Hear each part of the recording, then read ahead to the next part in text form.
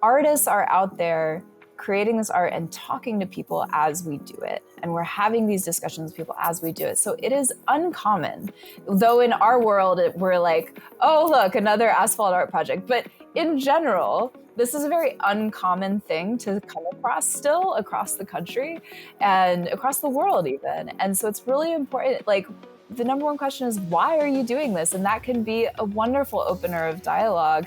And we can respond, wow, well, thank you for asking. We're creating this because somebody was hit and killed in that crosswalk, and we need to rapidly make this a safer place to be. And we've had it before. Oh my God, I heard about that. Who was it? Why did it happen? It happened because people are speeding. Hey everyone, welcome to the Active Towns channel. My name is John Simmerman, and that is Chelsea Ritter-Soronen with Chalk Riot out of the Washington, D.C. area. We're going to be talking about what Chalk Riot does and how, as an artist, she got engaged in traffic calming. But before we do that, I just wanted to say thank you so much for tuning in. I really do appreciate it. And if you have been enjoying this content here on Active Towns, please consider supporting my efforts by becoming an Active Towns ambassador. Super easy to do. Just head on over to activetowns.org, right down there, and click on the support tab at the top of the page. Several different options, including becoming a Patreon supporter. Patrons do get early and ad-free access to all this video content. Okay, let's get right to it with Chelsea.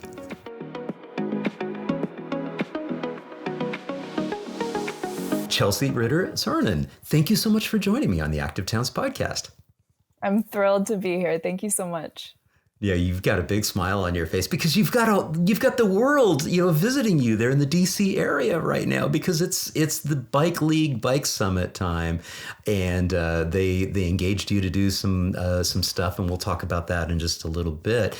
But first, let's have you tell the audience about Chelsea. So who the heck is Chelsea? Definitely. I now live in Washington, D.C., and I'm the owner and principal artist of a company called Chalk Riot, which is an all-women mural production team that now specializes in traffic calming artwork. But we've always created artwork on the ground and started out doing chalk artwork. And in addition to Chalk Riot, I'm also serving as a consultant these days for a handful of cities and their arts and transit programming, which is really exciting. And also have my own arts practice outside of all that. So I stay very busy. I love it. I love it. And here's your website right here. We're going to dive into a little bit more about Chalk Riot and the types of things that you're doing in that whole world of bringing some color to our streets and the traffic calming. But take us back to the beginning. I mean, how on earth did you end up here? What was that journey like? What's the origin story? Definitely. So 12 years ago, baby Chelsea was living in St. Louis. And before mural fever, like right now, murals are so ubiquitous and just so abundant in so many cities across the United States, and have had this new surgence of popularity in the last decade. But 12, 15 years ago, that wasn't really the case in St. Louis. And so there were a lot of art. There were several of us artists that were interested in making more public art because we saw the need for that in St. Louis. But there weren't many opportunities to do so, especially for wall murals. And there was also a lot of red tape because so many buildings in St. Louis are historic and they have this beautiful brick that nobody wants to apply paint to, which is very understandable. It's really important brick, but it was very limiting for public artists. And so really Chalk Riot was just muralist friends coming together and creating chalk for fun in between our shifts at restaurants and our various day jobs. And then through that, we found that there was a whole chalk art world of chalk art festivals, and that people were actually being paid to do this, which we hadn't even considered. And eventually people started asking us how much for that, and off we went. Yeah. And we see some imagery sort of, rolling through here off to the side, and we see some chalk that's being done. Talk a little bit about that, in the name Chalk Riot, and some of it is chalk and some of it is clearly paint. Yeah, take us back to the beginning of how the name came about, and really leaning into the chalk side of things. Definitely. So, Chalk Riot's namesake, it's inspired by the surprisingly radical history of chalk as a tool for social justice resistance and movements. And so, when we go back to the 18th century, muralists that were creating these grandiose murals inside of basilicas and cathedrals that were really reserved for upper classes of society would use their pigments from their paints and recreate some of those images outside in the public square as a means to bring art to the people. And sometimes I read not too long ago that this was a means of also teaching literacy to people that couldn't access basic education. And so that's where it starts, right? And then it moves forward to in the late 18th and late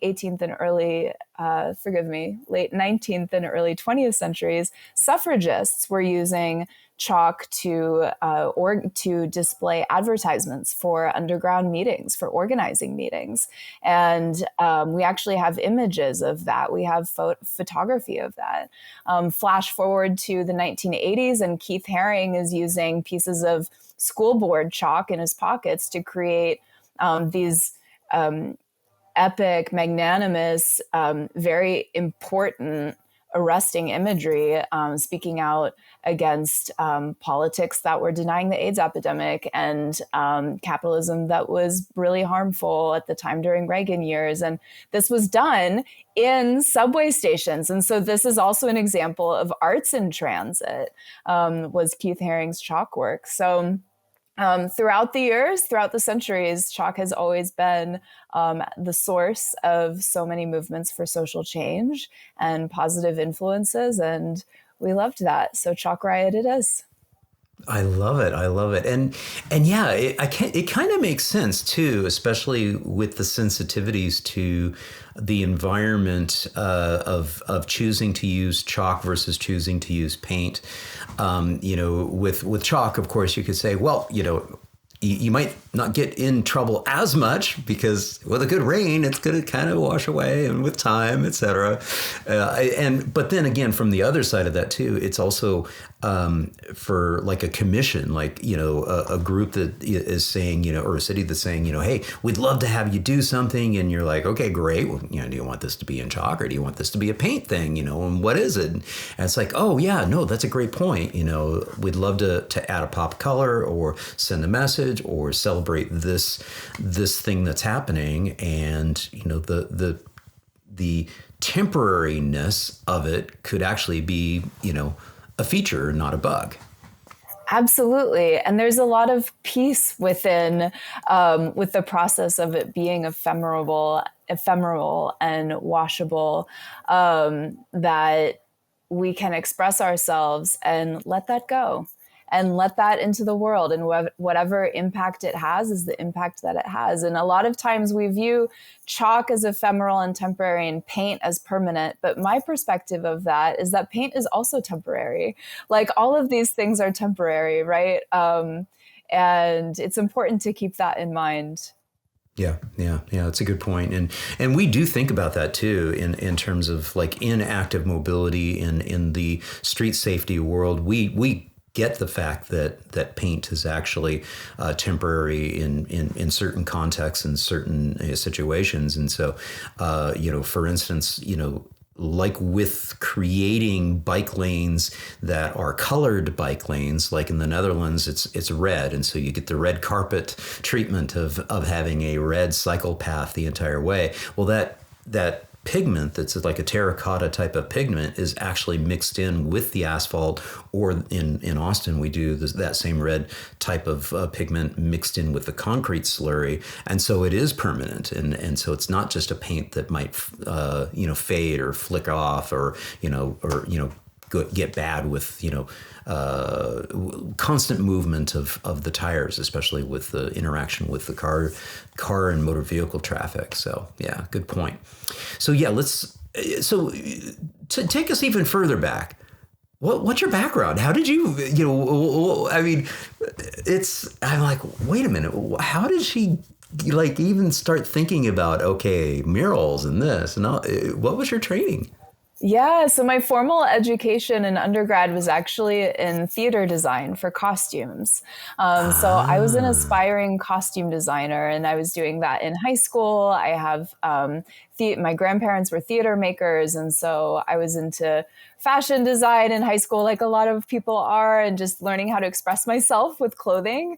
And then started applying that interest to school plays in high school, and then I had a very passionate, very awesome art teacher that said, you could pursue this professionally. And I was shocked by that, and then ended up pursuing that in college. I went to the Conservatory of Theater Arts at Webster University in St. Louis, which is how I ended up there. And, after 4 years of really rigorous conservatory theater training, I wasn't as inspired to create costumes anymore, and had been slowly moved towards being attracted to scene painting and the very traditional craft of scene painting. And I learned that about my senior year of college, I learned that I loved to paint big things. And I found liberation, and it felt like the complete opposite of being like hunched over on a sewing machine, like trying to pick out individual stitches. It was completely the opposite of that. And so I learned, wow, like creating big things for big feelings is really helpful as an artist. And so through that, I met some mentors that had been professional muralists for a long time, and started that path. Yeah. yeah. Yeah, we pulled up on screen here, back to your website, and we get some overviews of some of the images here, and some of them have the murals, the beautiful images on the walls, as well as the murals on and the images on the ground. Yeah, that's fascinating. So I could totally see that arc of like, okay, in theater, and you're like, okay, we need this scene painted for this production, da da da da, and it's like now you're out in the world, and you're like, oh, that's a nice canvas right up there. And it's all kind of like scene painting when you think Right. of it, right? Yeah. Like, all the world's a stage, theater is life. This is really important creative training, because take these images on Ellsworth Drive here in Silver Spring that we're looking at right now. Uh, even under this James Blue mural, which I just painted alongside him at a mural festival in Texas last week, which is hilarious. But, you know, he had already set the scene with this mural. So then we played off of that color palette to enhance the scene by bringing that imagery and color and movement to the ground, and continuing that. But we're thinking, what is the backdrop for the activity and the conversations that are playing out in the public square, in this public arena? And so to me, it's still very much the same skills. And now I just could get to dive into the more of the specifics and granular levels of transportation planning and such. But Yeah, yeah. Well, now, were you in Austin when you were in Texas? I was in Beaumont, Texas at the Oh, Beaumont Mural Beaumont. Festival. Yeah. Wow, Beaumont came Yeah. through with the mural festival. That's It pretty was really interesting. incredible. It was really interesting. I learned, and these were for wall murals, so this was not a Chalk Riot project, but I did meet a lot of artists from Austin in addition to other places, and learned all about, you know, Beaumont is oil country, and what does that It mean, is. and what Yeah, is that yeah, like to live there? And it was really interesting. Yeah. yeah, yeah. And we've kind of dove a little bit deeper into the Ellsworth installation here and some of the images on the ground, as well as getting a little bit from the overall setting here. So talk a little bit about that transition of you're doing this, you're getting your groove, you're putting some stuff down. When did that sort of like the gear shift, and all of a sudden you start getting contacted by or commissioned by folks that are like, hey, we've got this whole asphalt art thing that's happening. Mike Lydon and the Bloomberg Philanthropies and all these entities are like formalizing this as a thing because we know that it helps with traffic calming. When did you start getting, contacted by all of us over here in the active mobility world who are like, hey, anything to try to slow the cars down? Yeah, totally.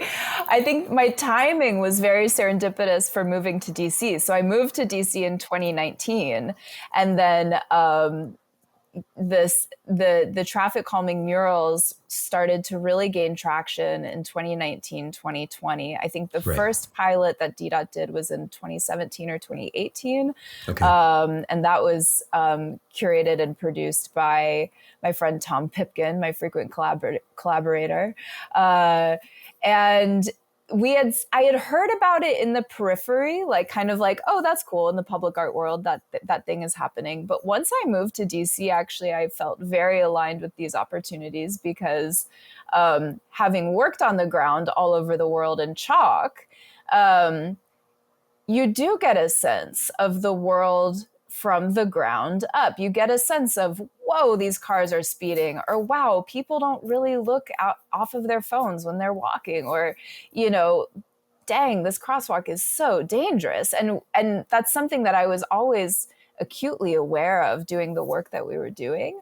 But it was in I believe in early 2021, that the Southwest Business Improvement District here in DC held a call for artists to do a set of curb extension murals. And that was the first one that I applied to and said, yeah, Chalk Riot makes work on the ground, and I am definitely aware that traffic here needs help, that we need to be safer. And if you're telling me that this is going to help keep people safe, then let's go. So that was the very first one. So it's been about 4 or 5 years now that we've been fully immersed. Yeah. Yeah. And this is a Chinatown installation. Chinatown in which city? In Washington, D.C. In DC. Okay, fantastic. And so, and to your point, and we'll try to describe this for the listening only audience because we do have the listening only audience as well tuning in. So this is an installation that has a lot of our typical features in traffic calming. We've got the bulb out here. We have a daylighting approach to it, and then we have a tighter turning radius. That's sort of my narration of the features from an active mobility and a safer street perspective. I'll let you take over the narration in terms of how the application and what you all were doing and how you were commissioned to do this. Sure. So this Chinatown Park project is massive, and we call it that because there's a small park right in the middle of this intersection that is called Chinatown Park. It's in the heart of Chinatown in DC.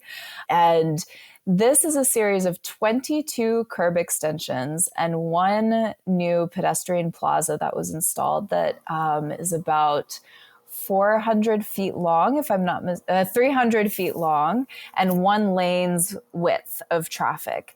And this was just one series of installations as part of a pedestrian safety and experience study that was being facilitated by DDOT, Downtown DC, and Tool Design.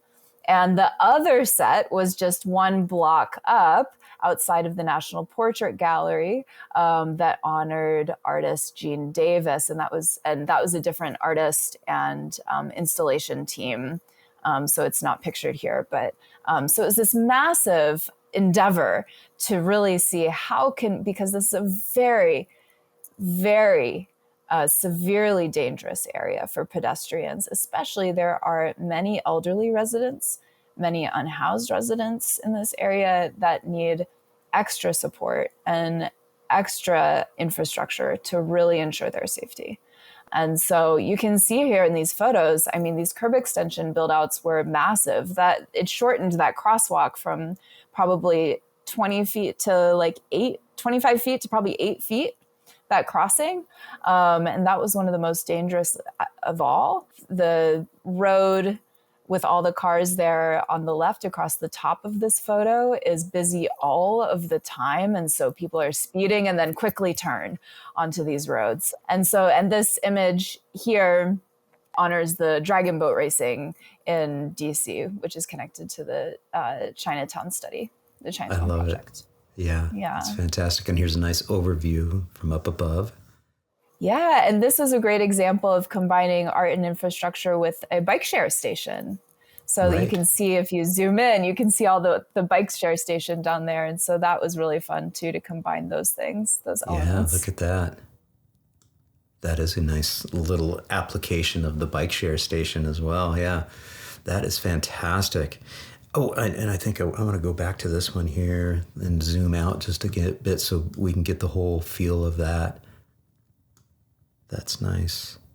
Yeah, it's pretty amazing. You can really see with these overheads how much shorter these crosswalks became. Yeah. So here you are. You're this artist. You're doing murals. You're starting to do stuff on the ground. I'm hearing you speak, and you've got the lingo down. You know the traffic calming stuff. You've absorbed this. I mean, it's not rocket science. It's not that hard to get it, especially when you are somebody who's out there, especially if you're a pedestrian, especially if you're somebody who gets around by bike, because then you feel it and you notice the difference. When you're in a car, as a driver, it's not as intuitive that this stuff really makes a big difference in terms of safety, quality of life for those people who are getting around by walking and biking. Mm-hmm. Absolutely. Yeah. And what's so wild, we witness this dramatic rise in distracted driving so much when we're working outside. We recently did a big project in Rockville, Maryland, along a really major stretch. And some of these sections were pretty precarious. So our team divided up into a flagging team, in addition to painters, so that we could watch out for each other. And I was serving as one of those flaggers one day, and I was noticing just how many people have these giant computer screens now at the front of their vehicle. I'm driving a 2006 car right now for our work truck, so I don't have anything remotely close to that. 2005 for us, yes. Nice. But it really is like you can see people's attention diverted to their screens the entire time. And so I do question sometimes, are they seeing the artwork? But if the artwork in tandem with the infrastructure is forcing them to slow down, that's the combination that can be successful. And I hope that, and creating designs for these curb extensions is a funny balance between what will be visually arresting for the driver, who is not going to spend more than 5 seconds looking at it unless they happen to catch it at a stop sign or a stoplight, but they're not really going to notice like the details of the artwork at all. But for the pedestrians, cyclists, micromobility users, they're the ones that are going to see like if there's storytelling, if there's elements that connect them to that sense of place.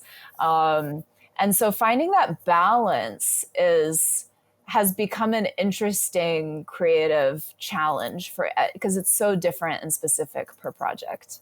Yeah. Now I'm going to pull up your post from just like 3 hours ago on LinkedIn.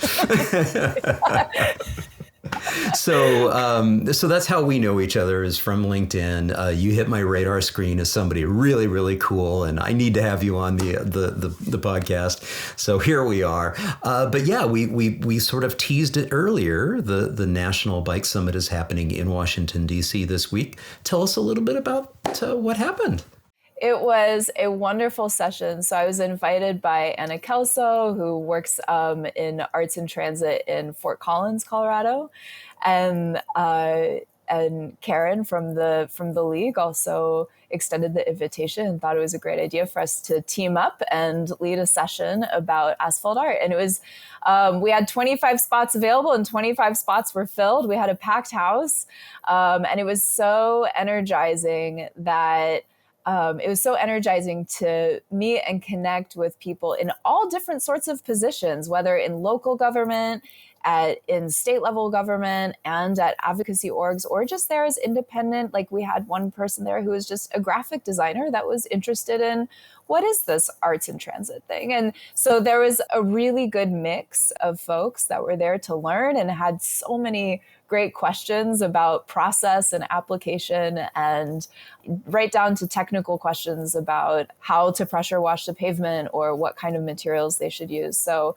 we covered as much as we possibly could in 2 hours, and we had a nice slideshow that Anna put together in the first hour, and then we walked right over just a couple blocks down to actually examine all the artwork from that pedestrian safety experience study that we created all that artwork for, and talked about it.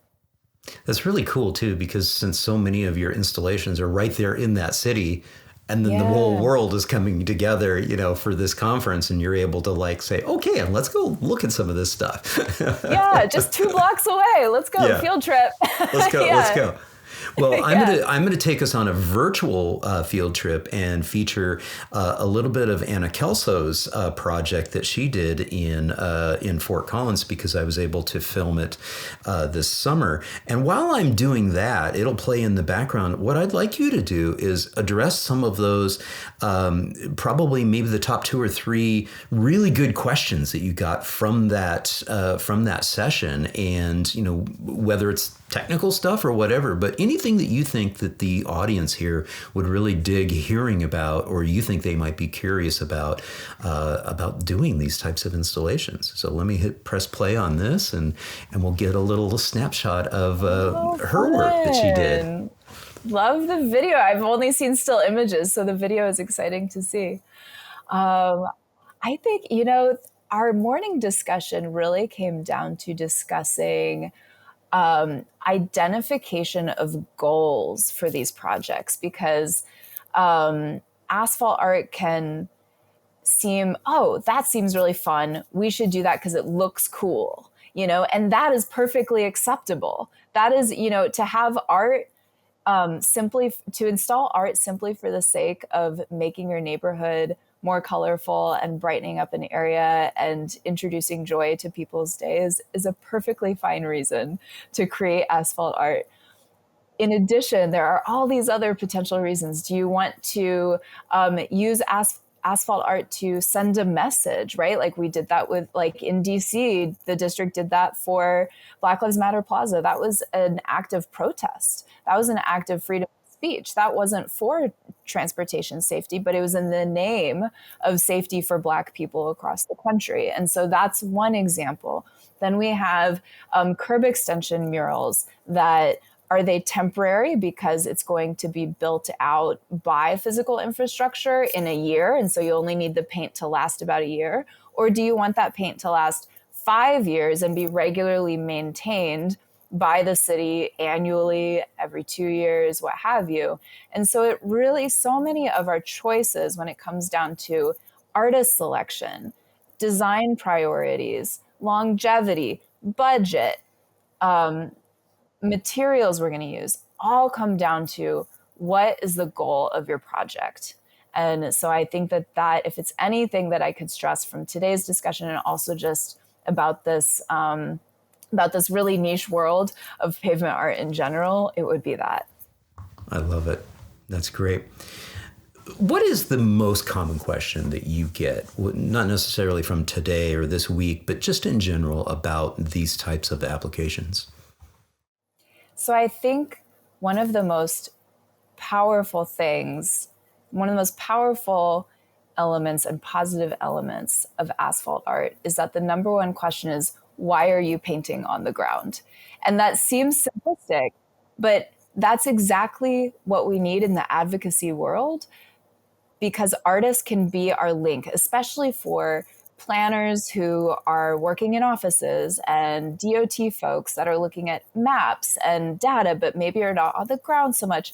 Like, artists are out there creating this art and talking to people as we do it. And we're having these discussions with people as we do it. So it is uncommon, though in our world, we're like, oh, look, another asphalt art project. But in general, this is a very uncommon thing to come across still across the country and across the world even. And so it's really important. Like, the number one question is, why are you doing this? And that can be a wonderful opener of dialogue. And we can respond, wow, well, thank you for asking. We're creating this because somebody was hit and killed in that crosswalk, and we need to rapidly make this a safer place to be. And we've had it before. Oh my God, I heard about that. Who was it? Why did it happen? It happened because people are speeding on this road, and it's really scary, right? So it's a wonderful opener. And I think it's the number one reason why I want, and why I'm pursuing grad school studies too, is I want to advocate, I am advocating for more cities and civic organizations, advocacy orgs, to include public artists in the entire planning process, and not just at the end as like the pretty bow on top in the last 5% of a project. But we can be useful and contribute ideas and insight from the beginning. And the more that we can do that, the safer all of our streets will be. I really passionately believe that. Yeah, and we're lingering on this particular image here, where we see, the people coming out and with signs and banners, calling for and demanding safer streets. So it goes hand in hand with exactly what you were just talking about there. And this was an image from, there was a young girl here in DC, in the Brookland neighborhood of DC, Allison Hart, who was struck and killed in a crosswalk almost right outside of her home where she should have been safe. And it really struck a chord with the entire active mobility community in DC, and just also anybody that's ever loved a child. It really just was heartbreaking for everyone. And the Harts, her parents, have become fierce advocates also for safer streets in DC and also just around the nation. And they've become very impactful organizers in that sense. And so this was a street art action that we collaborated on to bring love and memorial, and a sense of memorial and a sense of radical joy, I would say, to the exact site where this happened. And it was a really powerful day. Yeah. I know that in Fort Collins, Anna and also Courtney Geary, who we saw a little bit of a clip in that video clip that I had there, they like to engage the community whenever possible too. Is that part of your MO as well, or do you have that flexibility of also engaging some of the community members if they want to get a little dirty and get some paint on them? Yeah, absolutely. Yet again, it always depends on the goals of the project. Sometimes it is just a matter of like, hey, we need, just like any transportation project, occasionally will be, hey, we need this done in a month. Can you put out some color? And we can do that. But I would say 90% of the time, we're creating these designs with such intention that are rooted in either the history of that community or stories within that community, and doing community outreach to the best that our capacity allows for each project. And something that has been consistent in our practice over the last 3 years is that for the larger projects where we need people outside of our immediate crew and we need more hands, we do a hiring call for artists to be part of that project and prioritize artists that have an immediate connection to that exact site. And if they've never painted a mural on the ground, it's A-okay. We'll train them right up and create connections and friendships in the process. I love it. I love it. So much fun. This is that was neat. At our tenure party. That was so fun. Wow. Yeah. That is great. So what have you been most surprised with in taking this step into the world of transportation safety? That's a great question.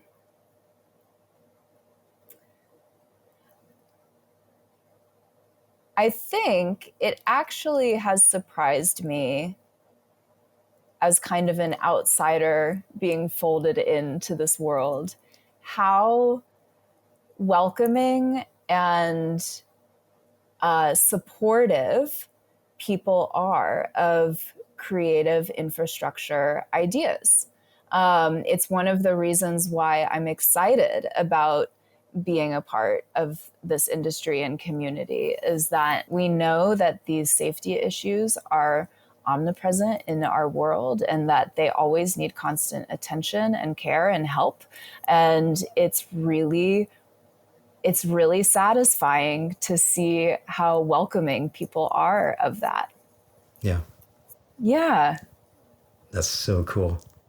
Yeah. I'm going to show you a fun little video that I shot in Edinburgh, Scotland. Oh, cool. And so Cool. this is the Colinton Tunnel, and this is right there in Edinburgh, just outside. This is actually an old rail line that has been converted into a trail, and they just have this beautiful mural through the tunnel.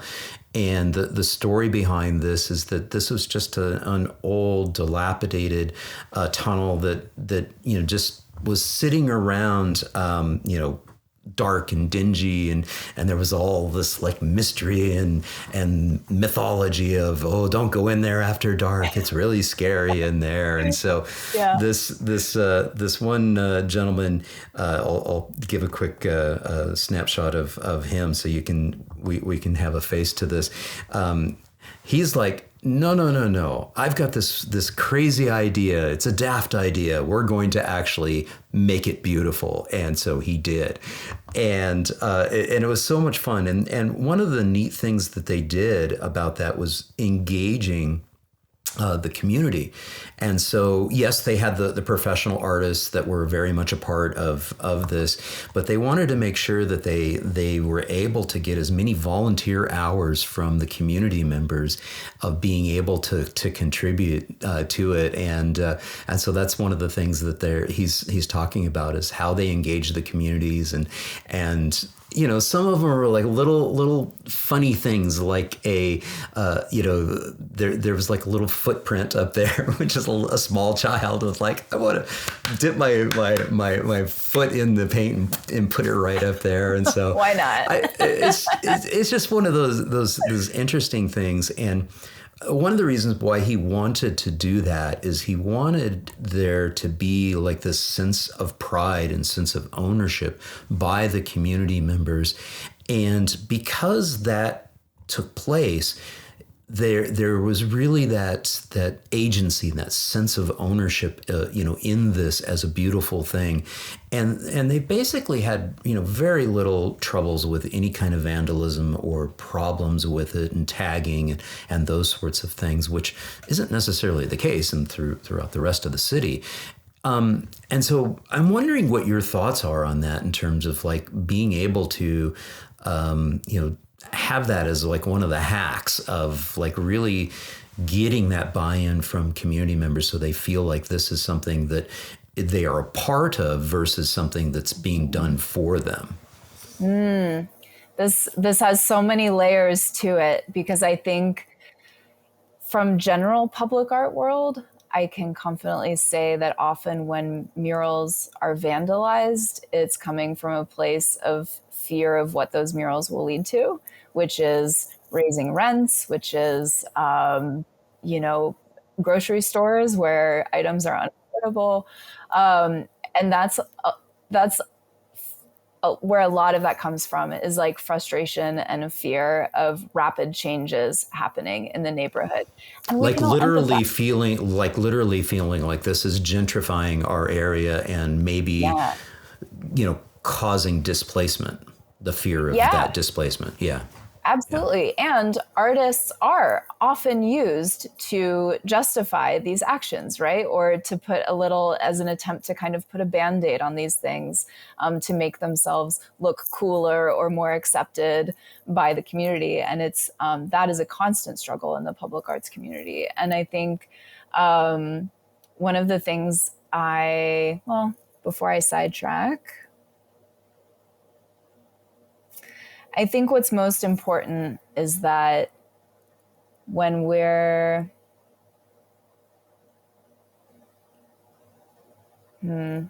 like I said, this has so many layers, so my mind keeps going to like so many different places. I'll first ask, did that answer your question? Yeah, I mean, and it was. I love. I didn't expect that, and so I think that Yeah. that's wonderful, and it's also Yeah. a response that is clearly indicative of the urban nature in which you're operating in, and where is those tensions there, that's part of the reality of many of these places.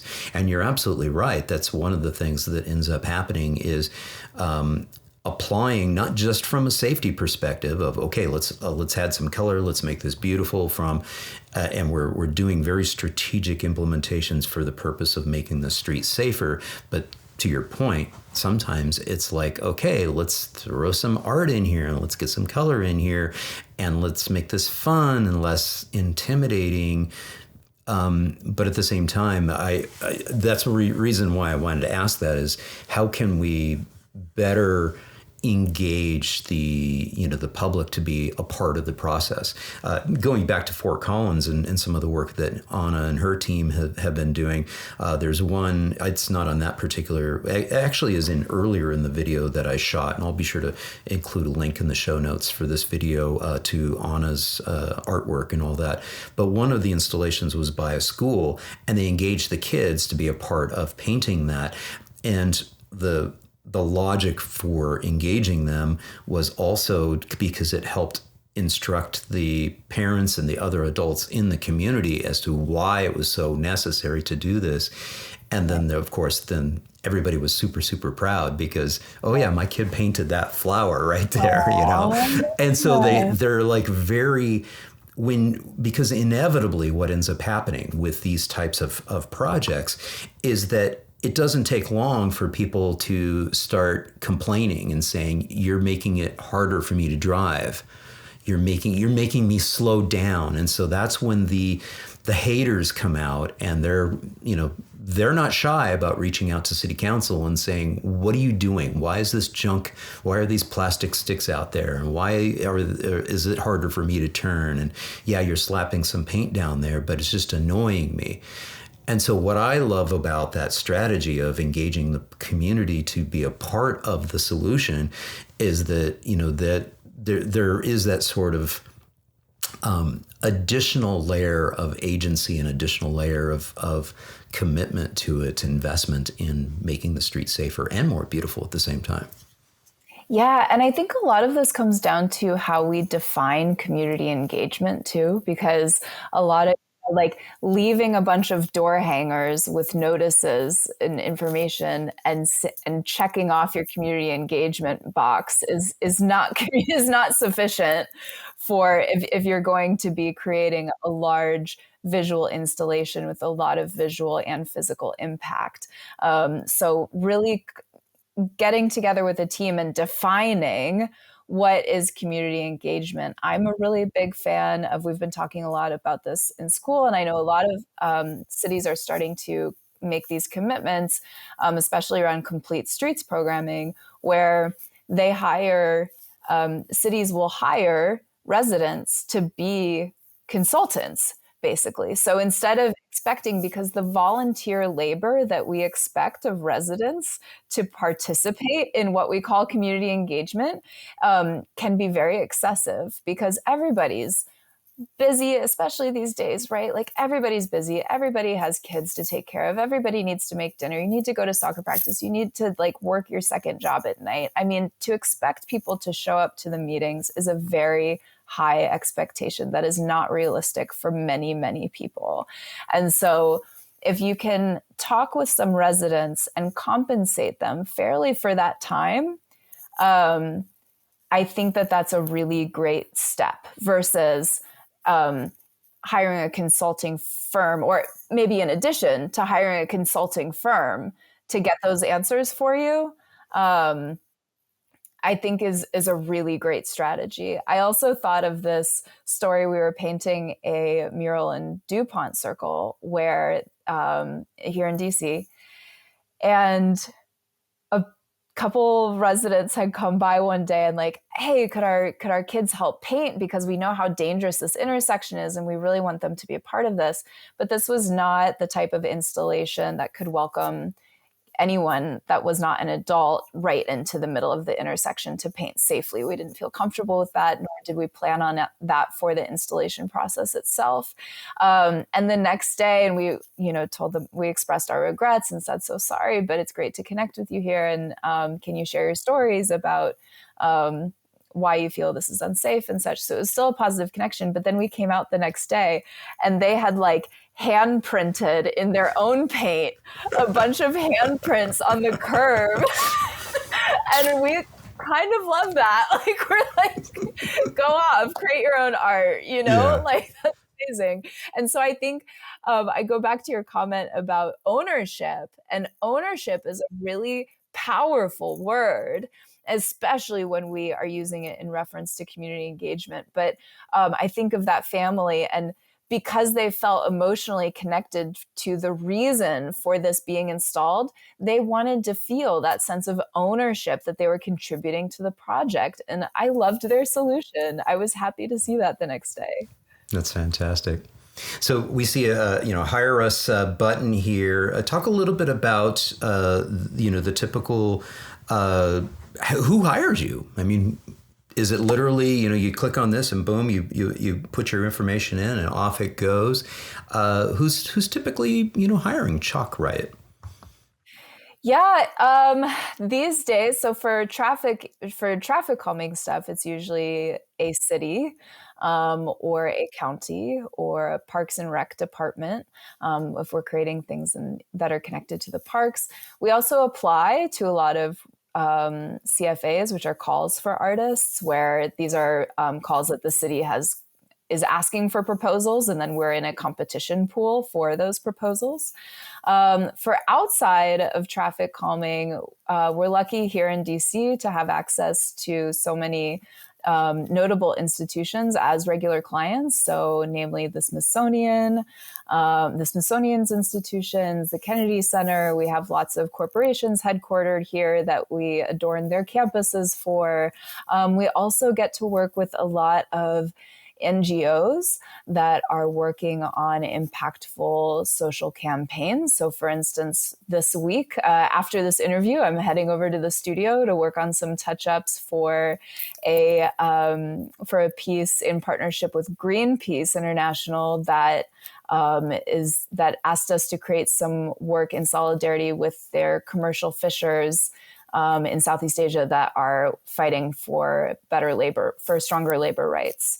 So really wide range of activity, but that's what keeps it really interesting, and that's what keeps us afloat and thriving, and keeps our team always learning new skills and having surprising conversations. Yeah, good stuff. Is there anything that we haven't talked about that you want to make sure to leave the audience with? I think I would love to say that I would love to encourage people to not be intimidated by not knowing how to create asphalt art. It's very approachable. It can seem overwhelming because there's permits and there's traffic plans sometimes, and there's letters of recommendation from your council people, and you might have to go to some council meetings, and you might have to talk to vendors and get quotes. It seems like a lot to carry, but thankfully we live in an industry right now where there's lots of wonderful resources for this. So, don't hesitate to reach out to organizations that are doing this work actively. We get questions all the time at Chalk Riot that we're happy to answer, so that you can advocate for traffic calming infrastructure and artwork in your own neighborhood. So don't be intimidated by what seems like a complex process, because there's always a way. Everything is figure outable. Yeah. Are most of your installations right there in the DC area, or are you able to do projects, pretty much all around? Most of them are in the DMV ever since the pandemic. We were traveling all over the world until COVID, and then that made us shift our business strategy entirely. And now we are pretty local and regional. Yeah. And I would also say another point that I would love to stress is that we all need to view the ground itself. So if you imagine the ground without the delineators of this is the sidewalk, this is the curb, this is the road, this is the crosswalk, envision all of that ground as one common place that we all share. I compare it to the sky. I compare it to waterways. It connects all of us. And sometimes it's easy to get wrapped up in the borders of where the county line is and where the city line is and where these property lines are, which are important in planning processes. But we need to make sure that that doesn't stop us from viewing this ground that we all share as an opportunity to connect with our neighbors and with each other in a world in a country that wants to stress division right now. And so we need to view this ground beneath our feet as nothing but opportunity to connect with each other. I love that. I brought us back to this particular image to ask you this. One of the things that I talk about a lot on the Active Towns channel is this process of using lighter, quicker, cheaper interim materials to get things down on the ground, to redefine the angles and the turning radii and all these types of things to try to make streets safer. And that's exactly what these types of installations are doing. We're adding some color to it. But I also talk about the fact that at some point in time, we might even have the opportunity to depave and literally destroy your beautiful art, but at the same time depave and maybe plant some trees and bring some natural xeriscaping into these environments and make replace these delineators with much more robust materials that are authentically safer. I have a couple of these installations, within easy walking distance from our house here in Austin, where it started out as very, very, cheap and easy and quick materials, and then eventually went to the bolt down flex posts. And then when the money was available, it turned into a combination of concrete and rain garden installations, and it's like that next step to become permanent infrastructure. Have you had that opportunity to see any of your art go through that sort of stages of going from a sea of asphalt to a beautiful installation like this to that next stage of now it becomes permanent infrastructure, and hopefully there was an opportunity to make it a real park, an authentic little parklet, or maybe some green spaces? Not yet, but I look forward to that day. And I think what's so interesting is that when we do community outreach, the number one thing that people usually want are images of nature. And so that's why a lot of our imagery is nature-based and flora and fauna, because that's what people ask for. And so people are already craving this. And I think that that's a really powerful thing to pay attention to. And I hope to see that day. And I hope that when that happens, that we're still thinking about, okay, so we don't have the opportunity to hire artists for pavement art necessarily, but how could we decorate these planters with mosaics? And how could we stamp words into the concrete? And how can we sculpt something out of this brick? So there's always opportunities to engage artists in that process. Yeah, I love it. Chelsea, this has been so much fun. Thank you so much. Again, you can find out all about Chalk Riot at chalkriot.com or chalkriotart.com. Chelsea, thank you so very much for joining me on the Active Towns podcast. Thank you so much for having me.